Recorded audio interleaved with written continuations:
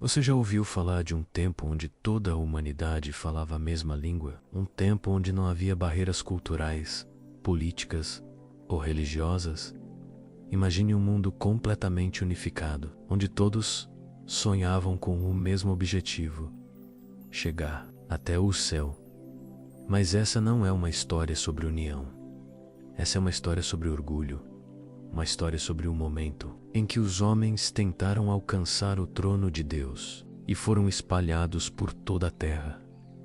Prepare-se para conhecer a verdadeira história da Torre de Babel, um evento que marcou para sempre o destino da humanidade e explica por que o mundo é como é até hoje. Após o grande dilúvio, teve a chance de recomeçar. Deus havia poupado Noé e sua família, e a ordem era clara: frutificai, multiplicai-vos e enchei a terra. Noé teve 3 filhos, Sem, Cão e Jafé. Desses 3 vieram todos os povos que habitam o mundo. Com o passar do tempo, os descendentes começaram a se espalhar, mas não muito. Houve um grupo que, ao invés de obedecer ao chamado de Deus para entrar a terra, decidiu se fixar em uma região chamada Sineá, onde hoje seria parte do território do atual Iraque. E ali, naquele vale fértil, começou um dos projetos mais ousados e insensatos da história da humanidade.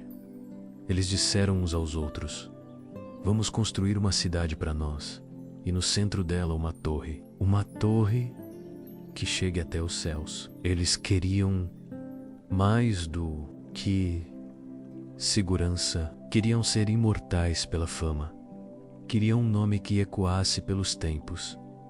A torre não era apenas uma construção física, era uma declaração espiritual. Era como se gritassem para Deus: nós não precisamos de ti. Subiremos até onde o Senhor está. E começaram a trabalhar. Não tinham pedras, então inventaram tijolos queimados.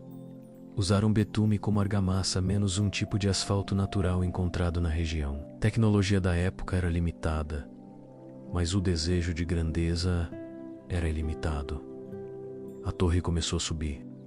Imensa, imponente, desafiadora.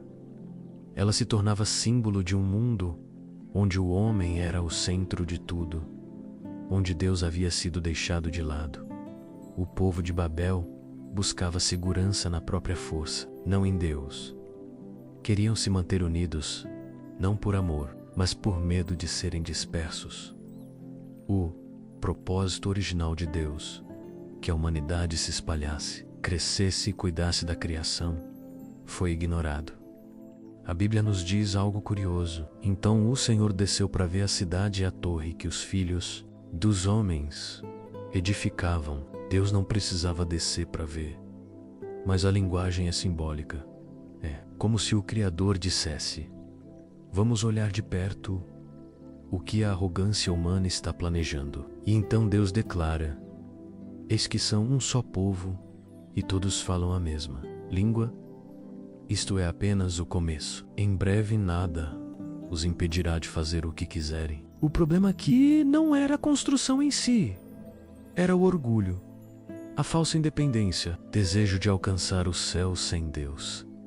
Se a humanidade continuasse unida com esse propósito corrompido, o mal se multiplicaria novamente, assim como nos dias que antecederam o dilúvio. Então Deus agiu de forma simples, mas devastadora. Ele confundiu as línguas. De repente, os trabalhadores já não se entendiam. Quem dizia me passe o tijolo, recebia um balde. Quem pedia ajuda para subir, era ignorado. O caos foi total. A comunicação, que era a chave para o sucesso do projeto, foi destruída. A construção parou. O povo se dispersou. A torre ficou incompleta. A cidade foi chamada de Babel, que soa como a palavra hebraica para confusão. E dali, os povos se espalharam pelo mundo, dando origem às nações, culturas e línguas que conhecemos hoje. Mas essa história é mais do que um conto sobre o passado. Ela fala sobre a natureza do coração humano, o desejo de glória, de fama, de independência de Deus, ainda mora dentro de nós. Vivemos construindo nossas histórias do Babel quando confiamos mais em nós do que em Deus, quando colocamos nosso ego acima de tudo, quando buscamos alcançar o céu com nossas próprias mãos. Mas Babel também aponta para a esperança. Séculos depois, em Pentecostes, o Espírito Santo desceu sobre os discípulos de Jesus e cada um passou a falar em outras línguas.